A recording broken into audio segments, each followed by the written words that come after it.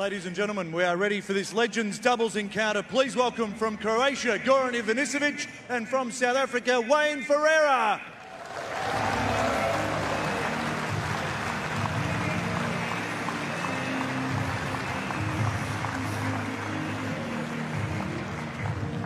And their opponents this morning, a couple of Australian champions. Please welcome Mark Woodforde and Pat Cash.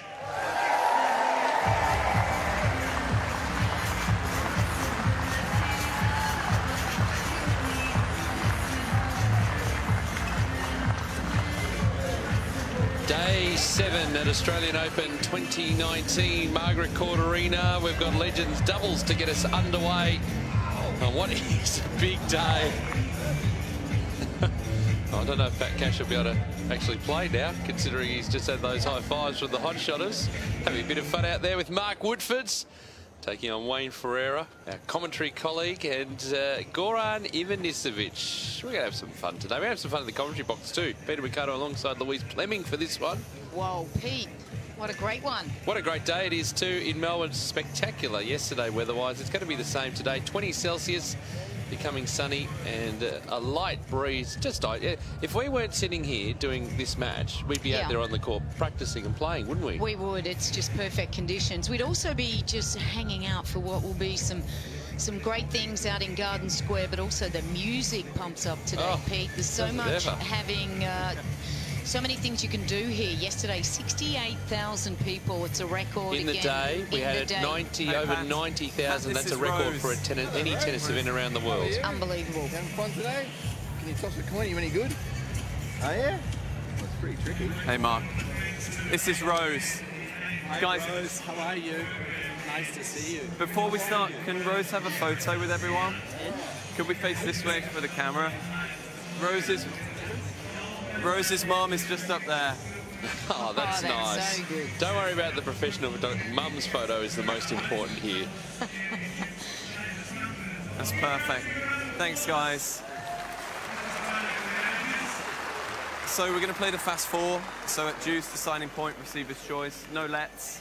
And also, if we go to a tie break, it's somebody serves for 2 points, and 2 points, change ends, 2 points and 3.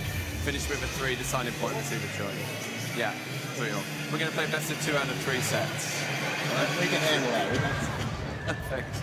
Rose, who would you like to call for Rod Laver or ANZ? Who would you like to ask? I'll tell you what, we'll take Rod Laver. We're going to take Rod Laver. Rod Laver call. Okay, nice and high, Rose. Fantastic, well done. Rod Laver. What are you serving? All right, so popular choice. Have a good match, guys. Very. Rose, Rod Laver, popular choice that they're all picking. I wonder if we're keeping stats on what they're actually picking on these main courts. Chance for the crowd to get in, as Louise mentioned, a record attendance day yesterday here at the Australian Open. And wow, we looked through the matches, particularly on Rod Laver Arena, sensational all the way through. That I asked Craig Tiley today, the tournament director, is that the best first Sunday set of matches for Rod Laver Arena that he's seen? And he can't recall a time we've seen stronger just on this particular day. Got Kvitova and Anisimova, you got Barty, Sharapova, Berdych, Nadal, and then you got Tsitsipas, Federer, and Sloane Stephens, Anastasia Pavlyuchenkova. Well, it's impressive, isn't it? Petra Kvitova obviously won in Sydney and up against Anisimova, the young 17-year-old that's just playing some incredible tennis. We have a look there. Ivanisevic, gee, he's a class act, isn't he? One of the best servers in the world. I mean, just watching him serve on grass at Wimbledon the year he beat Patrick Rafter, came through qualifying that year. What a sensational moment. That's a moment in his career he will not forget. There's no question about that one. Ferreira's had some good results in Australia, had some good results all around the world, and for a while there he was, you know, the beacon for South African tennis. And him and Amanda Coetzer, who remember sort of in the 90s coming down and playing each and every year. They played Hopman Cup on a regular basis too, and he's now based in the United States. He's doing some work with Mackenzie McDonald, young American player who's coming through, but takes a big interest in how the South African players are progressing, and a good young player on the men's side, Lloyd Harris, coming through. Yeah, absolutely. The guys like them are leaving a great legacy for their country, for youngsters to play. As we see, Mark Woodforde, part of that Woodies combination, year after year, just knocked out Grand Slam. He actually turned winning major titles into a hobby. That's how many they were winning over the years. Yeah, they were a terrific double specialist, weren't they? But he had a very good singles career too, Mark Woodforde. He enjoyed playing from Adelaide, and yeah, they had a great camaraderie, a great group of youngsters that used to travel together. So he just, the court announcer, Cohen's included Mark Woodforde's AFL or Aussie Rules affiliation as a Carlton supporter, so you can't help it. But there's a, speaking of Aussie Rules, a Hawthorn supporter in Pat Cash, the 1987 Wimbledon champion, Davis Cup winner. Shame injuries cruelled his career, really, over the years, because I think he could have won a few more finalists here at the Australian Open.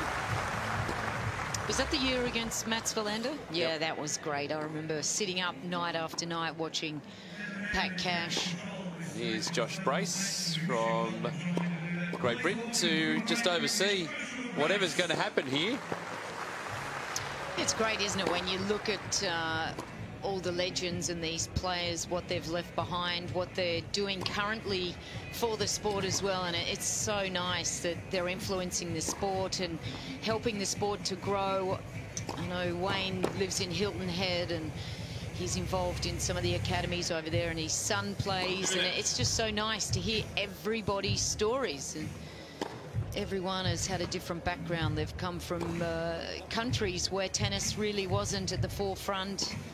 Croatia, obviously, not before Ivanisevic. He had some good players there before, but really he would have been the standout player, winning Wimbledon. It just changes a nation's thought process about how they go about different sports. And so many youngsters in Europe were obviously thinking that soccer would be the first sport of preference, but when a player like Ivanisevic, Goran comes through, then, you know, it just gives youngsters just a little bit more of a varied opportunity of looking at particular, like, individual sports. I'm doing some work with Milos Raonic, coaching Milos Raonic in 2018.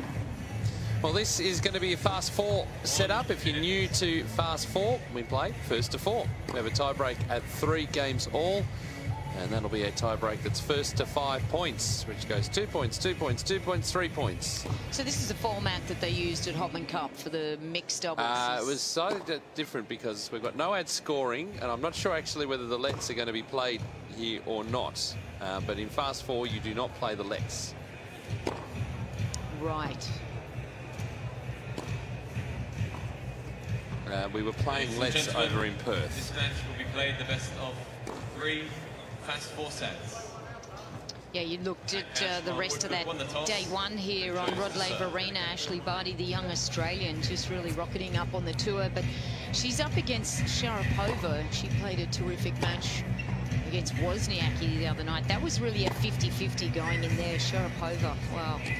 She's seeded 30 here at the Australian Open, but could be a real danger, the winner 2008. And of course, everybody loves watching Nadal.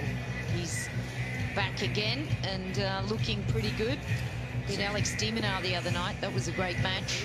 Of course, Ferreira, the night match. And Sloane Stephens is later on in the evening. Gee, she played a terrific match against Petra Martic. So at this time of the tournament, at this stage, everybody is really feeling good.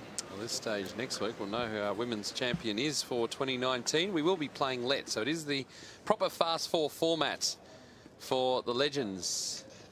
Ferreira and Ivanisevic, Cash and Woodforde.